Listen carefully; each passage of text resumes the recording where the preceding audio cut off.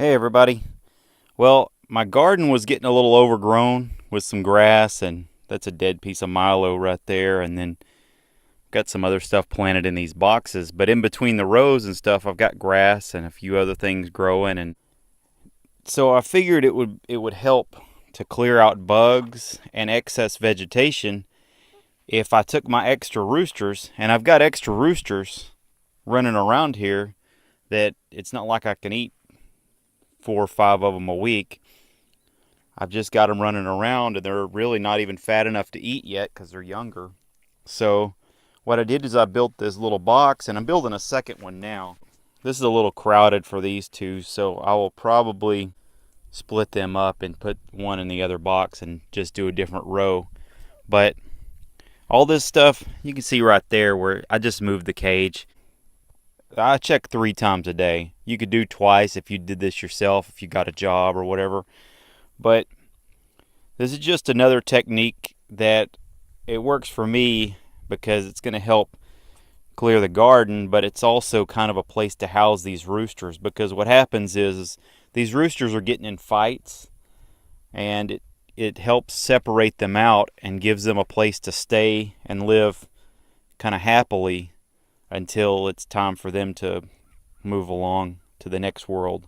I've just built this out of 2x2s and 1x2s, and this is just for roosters, and it's just a little cheap chicken tractor, scrap wood. So let me show you how to do that. It's just easy. It's not going to hold a goat or a cow or something. Just not that kind of strength, but it totally holds these roosters just fine. All right, I've got everything cut here the way that I want it, and you can acquire the wood however you want to. I'm using, of course, leftover wood that I had still in the barn, but the material you're going to need is 2x2s and 1x2s. Now these 4 1x2s right here are 21 inches long. That's going to be the height of it, and then these right here are 3 feet long, or 36 inches. That's just painted, but that's going to be the length of it. Okay, and now these 2x2s here are exactly 2 feet long, or 24 inches. That's going to be how wide it is. And this is a bottomless cage so that the chicken can forage for bugs and you can move them along. So there's not going to be an entrance hole. The way you're going to get the chicken in is you just lift it up, throw him in there, and he'll stay in there. But I've got this roll of kind of useless wire here. It's just too short to do anything with. Let me piece together some of this stuff, and then I'll show you how it looks as I piece it together. All right, what I'm working with here now is I've got this, it's 3 foot tall, is this piece of wire, and it's got the little slots in it. I believe these are 2-inch by 3-inch wide, but you can't do this with baby chicks. You'd have to use a smaller hole, but with a regular chicken, they're not getting out.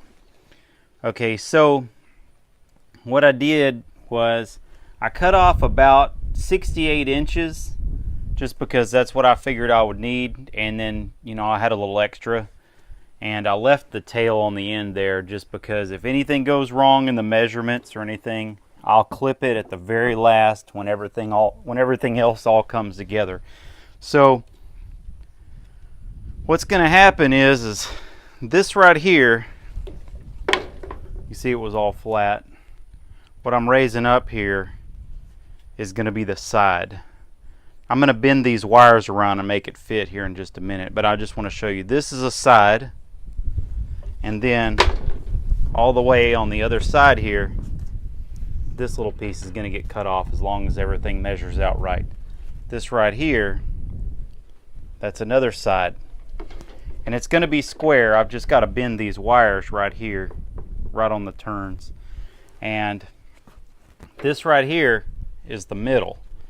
And for figuring purposes, let's just call it the bottom right now. When we flip it all over, when we get it done and flip it over, it's going to be the top. Right in between these, from the middle from this edge to this edge needs to be 24 inches because that's how wide our top bars are going to be. And then the height of it is 21 inches. So what we had to figure on that was from the outer edge here to the center edge has to be 21 inches. And the same thing on this side. The outer edge of this board over to here, this edge has to be 21 inches.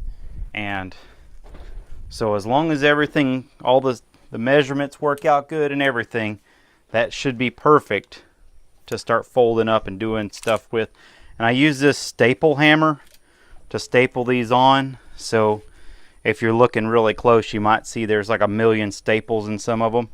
If you're going to use something like this, it's a good affordable thing you can use, but you might want to have better aim than me. So what we're going to do next is I'm going to take these 2x2 boards, and they go right in like this. They're going to go like this, except they'll go in between these.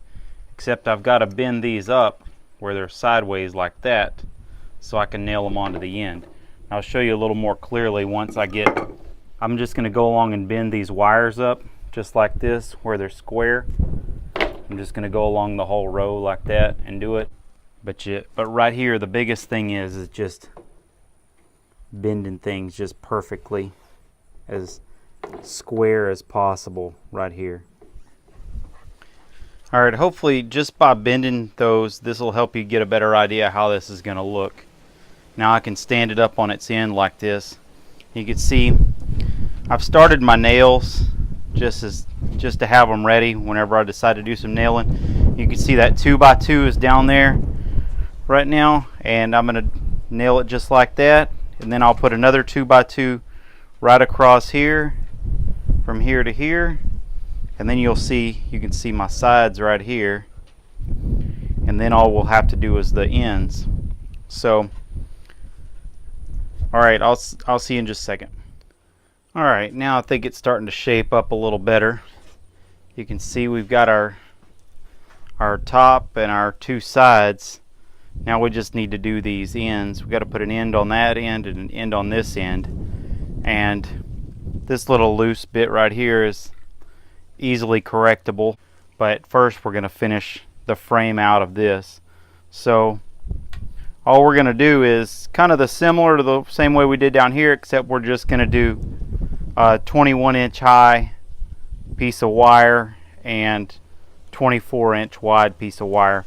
And this little piece right here where the extra is, I'm going to cut that off because it turned out all right as far as measurements go. And I'll just put this piece of wire on there, and we're going to use 2x2s across right here to go across here that are going to help with the bracing as well. So one other thing, I used nails, use 2 nails on each corner just like that. Always recommend screws. You can always do better with screws, but I'm just out here using what I have, so I had nails, so I used them. All right, what I'm doing here is I'm fastening these wires together, and then I'll nail the braces on top once I get them fastened together so nothing can squeeze out. And this is what I'm using. These are just little metal fasteners. I think they're for building rabbit cages or something, but I can't do it and hold the camera at the same time. But you just take these and like pinch the wire together like right here, and then just clamp it down. I'm using these pliers right here. Alright, I got these rivets on here, and that made it a little sturdier. But now we're going to put these across right here, just these little 1x2s that are 21 inches long. We're just going to lay them across on both of these edges, and that's going to do the job. Alright, so as you can see, the rest is history here. It's not something that's going to hold up to a huge fight or anything. But it's perfect, lightweight for moving around this garden area. All these animals are going to do is just dwell in it and scratch up and eat ants and bugs and grubs and stuff in your garden. Even in between the rows, they're going to eat up a lot of stuff that would get on your plants normally. So, and it keeps the rows clean. Just to let you know, you can improvise all kinds of stuff on this form. It's obviously going to be, it would be 10 times more sturdy if instead of nails I used screws, or instead of 1x2s I used 1x4s. But every time you add stuff like that, you change the weight of your cage, and I really wanted something that I could just move around real quick and just drag around the garden. Hope you guys liked it. Be sure and hit the like button. I'll talk to you later.